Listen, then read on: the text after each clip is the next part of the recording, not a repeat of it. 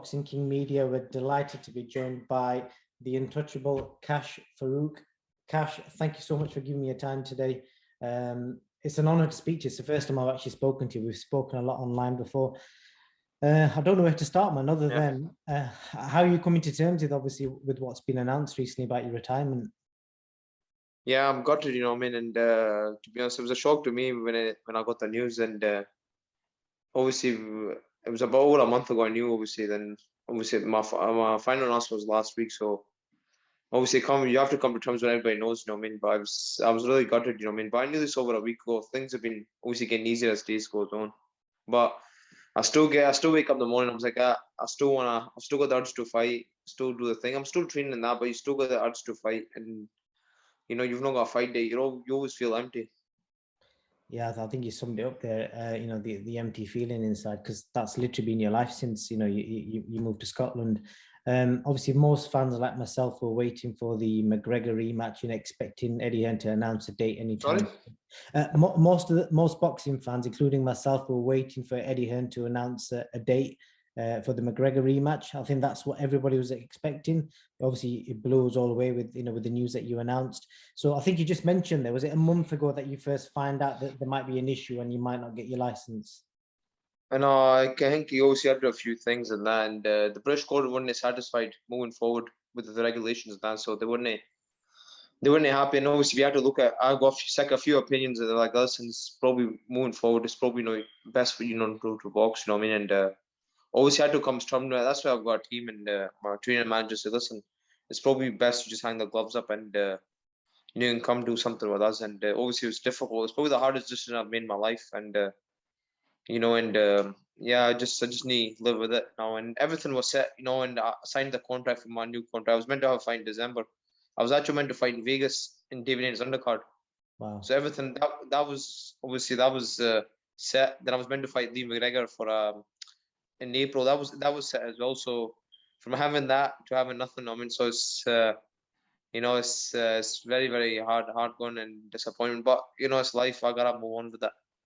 I like your positive attitude towards it. The first, the moment you knew 100% that's it. Yeah. How did you react to it? Because I can't imagine anything worse. Obviously, being so talented yourself and having such a bright future ahead of you.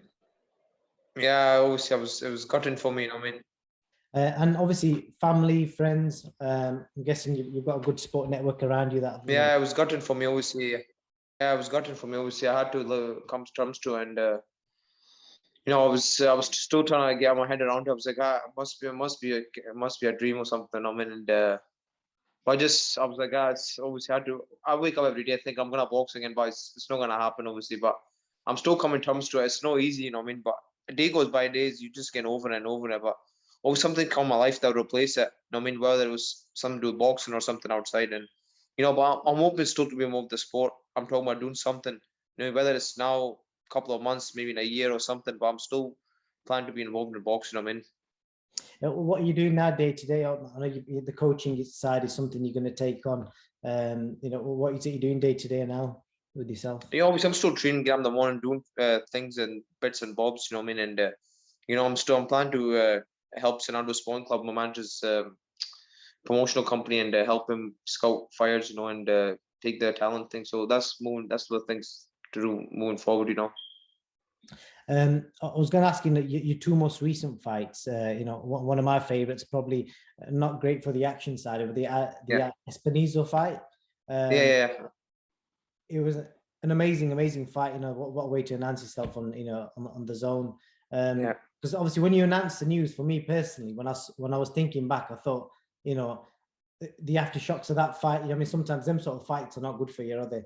Yeah, but it's just you're right, and but it was one of them fights I had to just dig in deep and grind it out, and it's just I think I've had two really hard fights throughout my career, and just the way things are, I mean, and maybe Lee McGregor and probably Espinosa probably my hardest fight up to date, and I know the pleasing for the crowd, obviously for a fight, they're probably the best for a fight long term. So yeah, but I have no regrets, and I would have probably done it the same way if I had to. Well, that was going to be my next question. Is any regrets, looking back at your career now, I wish you did something different in a certain fight? No, I probably would have done it probably the same way. That's who you are. You can't even go back and change things and that. So I would have probably done everything probably the same way. And things I knew, obviously, I picked up as experience I would have done. You get better and better as fights get on, or you pick up experience as you have fights. So that fight, you pick something up, and you knew not what to do and what to do, and so things just like that as you move forward, And for me, that was just a learning fight moving forward in my career. And were you overwhelmed with the amount of messages you must have got? I can only imagine. I've never seen so many boxers from the UK and US, constantly mention someone. They were so devastated about your news. I think Lee McGregor, your former opponent. I don't know if you got to see what he wrote. What's your thoughts on that? Yeah, it was. I'm really humbled, and obviously the boxing community they all came up from all as managers and fighters. They gave me all lovely messages, and I can't thank them enough. And and even Lee McGregor gave me a nice message as well. So all the best to him in his career moving forward. And it's humbling for me, and how much fighters, how much they thought of me, which is it was great. And obviously, when you started your career off, I don't know if you knew this or not. Yeah. Obviously, you were the first British Pakistani to win a British title. Was that something back in your mind when you started your career off, or did that just come about the way it did? No, I just came about. Obviously, the position I was in my life, I was very, very lucky to be where I'm at. Because as soon as I turned professional, I couldn't even really sell tickets, and to be honest, I sold no tickets. And because the way my manager's, the way he does it, he helps you back, so you're the right thing. And my first 3 fights, I never even had a trainer. I'm just going about places, and obviously after my 3rd fight, I had my first fight with Squallen, and that's when my career really kicked off. And before I knew it, my career really, I got a British eliminator. I go in the British challenge, just my career kicked and just going up and up and up. And that was a disappointment about what's happened. Obviously last month, and I don't know where I could have been or where I could have done. And it's always gonna be a big if and but in my career, So yeah, it's I never really put reached where I could have.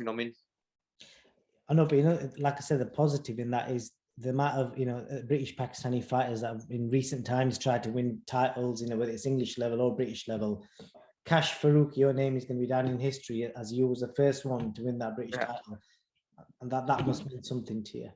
Yeah, of course. I never really expected to win the British title and turn professional anyway, and I was lucky. I was in a good position, and I was just to win it, and it's humbling. And I won it outright as well, which is it was great as well. So and I thought I was just gonna kick one from then. I had my first 3 fights with Matchroom, and I thought that was it. I've got the next 2 big fights coming up. I'll have one in America, then I'll have one with McGregor, and I'll just keep kicking on from there. And just obviously my career's just been cut short, which it's out of my hands. But I've at least I've done it. I've got no regrets now. And obviously, there's mention of you being a coach, and obviously the way you fight, everyone's going to be expecting the Kash Farooq fighter flipping and dipping the way you do. Yeah. Is that what we can expect to see from your fighters? No, well, see, as me as obviously I'm still, as soon as you go into training again, you're still learning your trade. I know you've just got knowledge, but you still need to know what you're doing. As a trainer, so you need to start all over again as a trainer. Pick up things and know what works with a fighter and what doesn't. And but I think whether it's gonna be the next few months or maybe in a year or whatever it is, but I'm gonna plan to come back and do it. But I'm obviously for me starting over again, picking up things, as a trainer, how to do things and that. So whenever it is, I'm planning to educate myself as a trainer now. As done as a fighter now, it's my time to educate myself as a trainer. And your conversation with Eddie Hearn, I can imagine that probably might be one of the hardest ones. Has Eddie offered you anything, saying that what sort of help can he do for you in going forward? No, I've not. To be honest, I've not spoke to Eddie yet, and he's only sent me text messages. But I'm meant to speak to him soon. So yeah, so hope I get to speak to him, and when he does, when we have a conversation with him. I was going to ask, have you ever been to America, Kash? No, I've never, and to be honest, I was looking forward to again out there. It was just just a couple of obviously in December time down in his undercard, but that never happened. So I know. If you do ever get the opportunity, please do go, because I think you'll be amazed at how many boxing fans will probably approach you, and obviously Right, fans right. of your boxing style, because I spoke to loads, because I was at the Haney Diaz fight, Okay, okay, and your name constantly comes up because the Americans love that style of fighting. okay, okay. No, I was yeah, I'm very, very fortunate. I was a student of the game, and I used to watch old tapes, and I knew every fight there was to know, and I studied. I done as the age of when I started boxing, I started watching old tapes. I was like, I'm gonna watch them and go in the gym and practice. And I loved the life as a fighter. I mean, I had no regrets, to be honest. I never done that. See, if you had to take me back beginning of my career, I wouldn't do it again. I would like to start off where I finished off, and that's it. And just as you said you were a student of the game. If you was to tell any young fighter, who they could study to fight like Kash Farooq, who would you tell them to watch? I think you need watch a Pacific side. You can't just watch one fighter and and that's it. You just keep watching him. You need to watch every different fighter and just study him, pick up these things, whether he moves his head or he doesn't. I mean, every fighter has something they're really good at, whether it's the jab, moving their head, their feet, something. Every fighter has something they're good at. Whoever it is, pick something up of each fighter and go in the gym practice. I mean, and I know something your trainers teach you something but you can always pick up from other fighters in the gym or other people you spar or whatever. I mean, and even watching tapes, you go in the gym practice, and I think that's probably the best thing for you. You need to think. Sometimes your training can help you in the corner, but you need to sometimes think for yourself as well. What I mean, when so yeah, you always need to think for yourself when you're in the gym and when you're in the fight as well. So it's I would say just study as much as you can in the game. As a compliment to yourself, Kash, I would say, like you see a lot of modern day coaches will tell their fighters to watch people like Muhammad Cowie, James Toney. I think Yeah. in years to come, they will say, check out Kash Farooq, what a fighter he was. Yeah, I hope so. And obviously, I've had a small window of fights. I mean, the most of obviously the matchroom ones, and yeah, I hope they get to study and that whenever moving forward. So yeah, whenever that time does come, I mean. I hope so, man.